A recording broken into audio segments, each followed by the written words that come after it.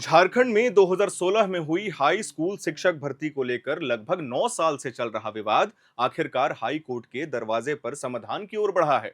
Jharkhand high court ने इस मामले में ऐतिहासिक फैसला सुनाते हुए एक सदस्यीय फैक्ट फाइंडिंग कमेटी गठित करने का आदेश दिया है। अदालत ने पूर्व हाई कोर्ट के न्यायाधीश जस्टिस रिटायर्ड डॉक्टर एस.एन. पाठक को इस समिति की पूरी जिम्मेदारी सौंपी है। इन याचिकाओं में उम्मीदवारों ने यह साफ तौर पर आरोप लगाया था कि झारखंड स्टाफ सिलेक्शन कमीशन यानी जेएसएससी ने शिक्षक भर्ती परीक्षा में बड़े पैमाने पर धांधली की है। अदालत ने 518 पन्नों के अपने आदेश में माना कि गड़बड़ियों की शिकायतें गंभीर हैं और इनकी निष्पक्ष जांच जरूरी है। साल 2016 में जेएसएससी ने Jharkhand graduate trend teachers combined competitive examination आयोजित किया था। इसका उद्देश्य पूरे राज्य में 17,572 पदों पर शिक्षकों की भर्ती करना था। शुरुआत से ही यह परीक्षा विवादों में घिर गई। याचिकाकर्ताओं का कहना है कि भर्ती प्रक्रिया में मेरिट लिस्ट के साथ खिलवाड़ किया गया था।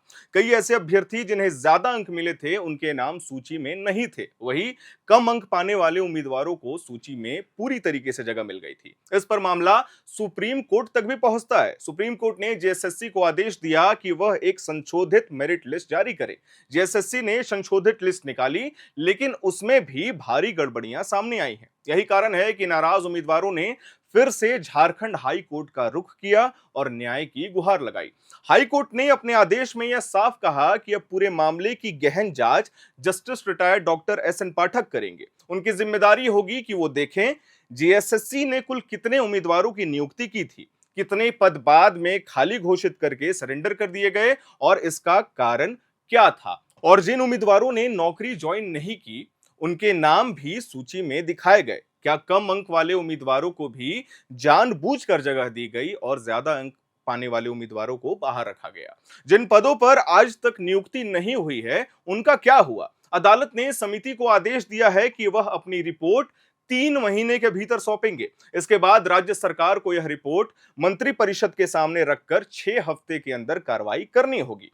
हाईकोर्ट ने भविष्य में इस तरह के विवाद दोबारा ना हो, इसके लिए भी अहम आदेश दिए हैं। अदालत ने कहा है कि आगे से जेएसएससी और जेपीएससी दोनों को फैक्ट फाइंडिंग काउंटर खोलने होंगे। इन काउंटरों के जरिए उम्मीदवार अपनी भर्ती से जुड़ी हर जानकारी सीधे प्राप्त कर सकेंगे। अब उन्हें बार बार कोर्ट का दरवाजा खटखटाने की जरूरत नहीं पड़ेगी। यह व्यवस्था पूरी भर्ती प्रक्रिया को पारदर्शी बनाएगी और अभ्यर्थियों का भरोसा भी लौटाएगी। फैसले में अदालत ने यह भी स्पष्ट किया कि राज्य सरकार को अब बचे हुए पदों को जल्द से जल्द भरना होगा। आंकड़ों के मुताबिक कुल 17,572 पदों में से 12,046 पदों पर नियुक्ति पहले हो चुकी है।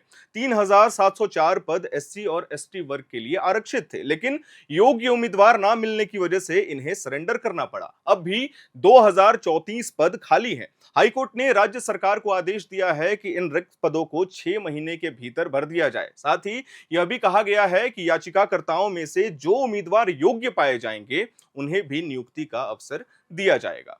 यह फैसला कई मायनों में ऐतिहासिक माना जा रहा है। सबसे पहला, यह उन अभ्यर्थियों के लिए राहत लेकर आया है जो लगभग 9 साल से न्याय का इंतजार कर रहे थे।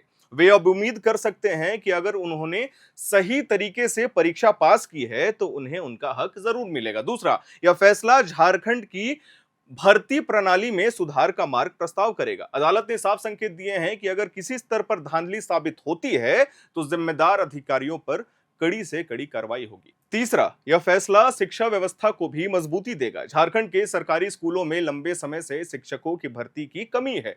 कई स्कूल तो ऐसे हैं जहां केवल एक ही शिक्षक पूरे स्कूल को संभाल रहा है। अगर बचे हुए पद 6 महीने में भर दिए जाते हैं तो स्कूलों में पढ़ाई की स्थिति बेहतर होगी और छात्रों को सीधा लाभ मिलेगा। अब सभी की नजरें जस्टिस पाठक की रिपोर्ट पर टिकी हुई हैं। यह रिपोर्ट यह तय करेगी कि भर्ती प्रक्रिया में कितनी गड़बड़ियां हुई हैं और कौन इसके लिए पूरी तरीके से जिम्मेदार है। रिपोर्ट आने के बाद राज्य सरकार को कार्रवाई करनी ही होगी। अगर रिपोर्ट में गड़बड़ियों की पुष्टि होती है तो कई नियुक्तियां रद्द हो सकती हैं और दोषी अधिकारियों पर कड़ी कार्रवाई हो सकती है। जैसे जैसे इस मामले पर अपडेट्स आता जाएगा, हम अपने चैनल के माध्यम से अपने दर्शकों को देते जाएंगे। मैं उम्मीद करता हूं कि आपको यह जानकारी पसंद आई होगी। हमारे वीडियो को लाइक करिएगा, शेयर करिएगा, चैनल को सब्सक्राइब करिएगा। मेरा नाम है हर्षित और आप देख रहे हैं एयर नाउ।